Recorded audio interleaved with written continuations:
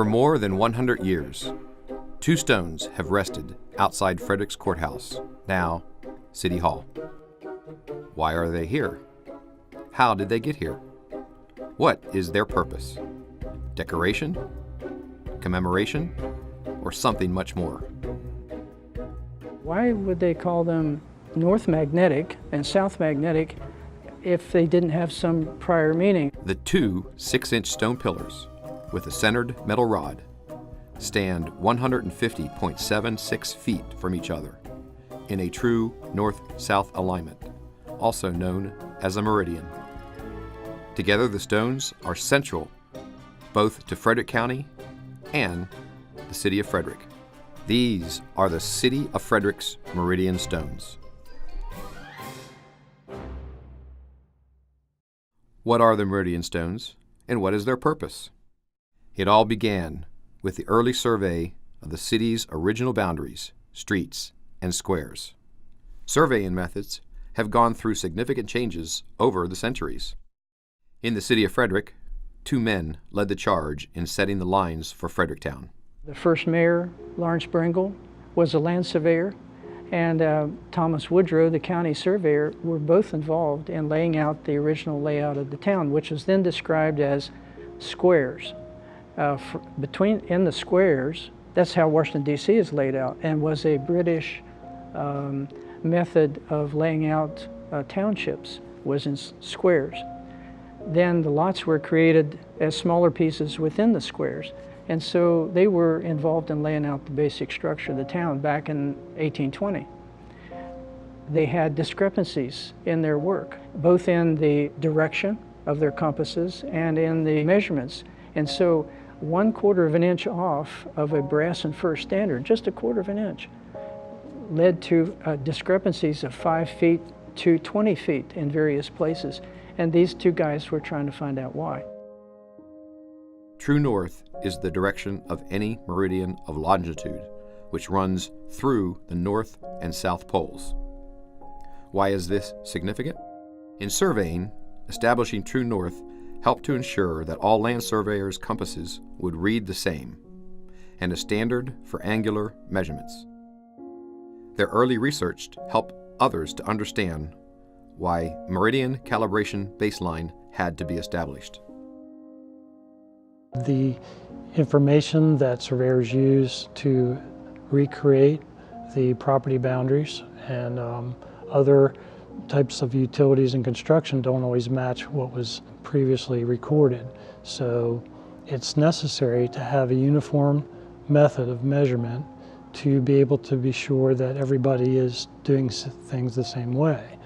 What the compass meridian stones did back in the 1800s was to establish that standard of accuracy for different surveyors to come in and adjust and calibrate their instruments to be working in the same page. In land surveying, compass readings have to be as accurate as possible. The problem is that magnetic north is ever changing. Practically speaking, however, the stars are constant.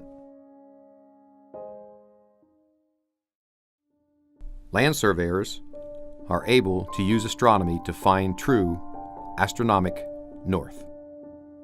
The markers, meridian stones, were developed to ensure precise compass calibrations and measurements for more accurate surveys of property measurements and boundaries.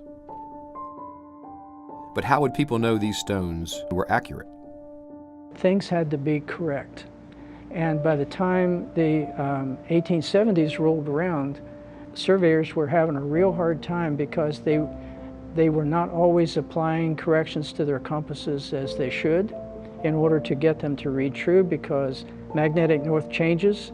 There's also an interesting variation called diurnal variation, where a compass on the same compass, same point, citing the same backsight point, can read a different bearing in the morning than it does in the afternoon.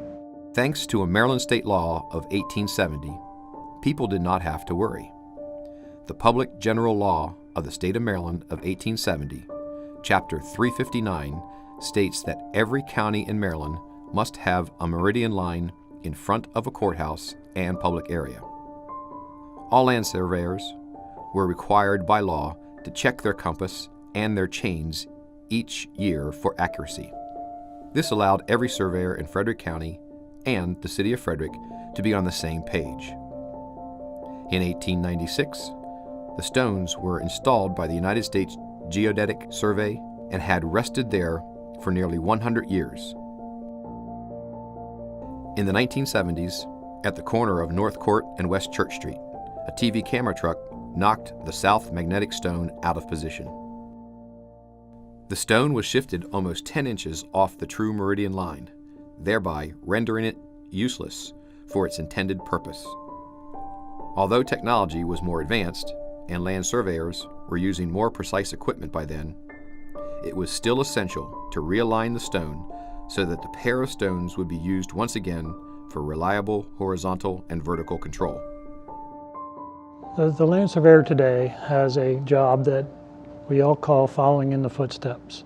And what that means is that it's our duty and our job to recreate what has been done before so that we can determine what needs to be done now.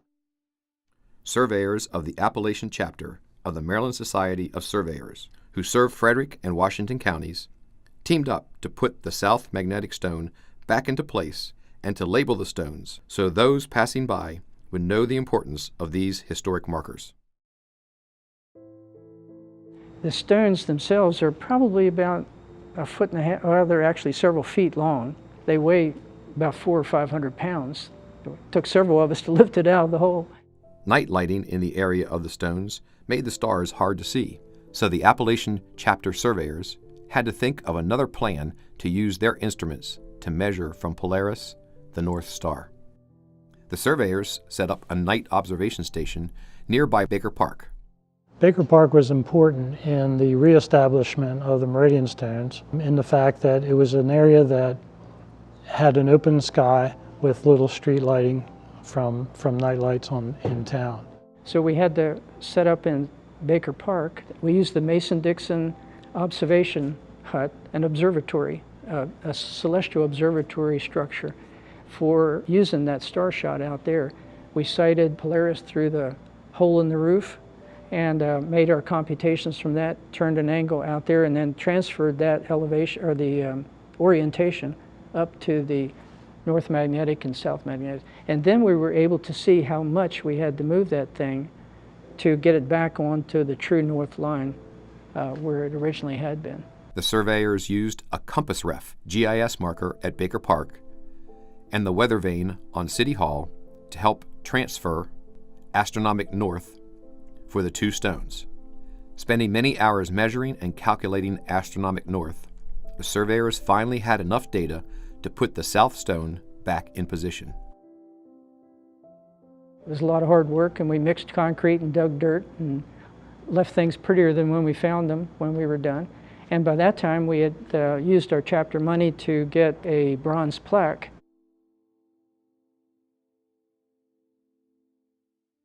Often forgotten and once nearly destroyed, these unique stones unlock the secrets to the first layout of the city of Frederick. What the stones, in my opinion, are a physical historical representation still in the ground of a standard of accuracy that was needed at the time of the surveys being done in the city of Frederick. And those stones established a standard of care that surveyors were responsible for the health, care, and well-being of the general public.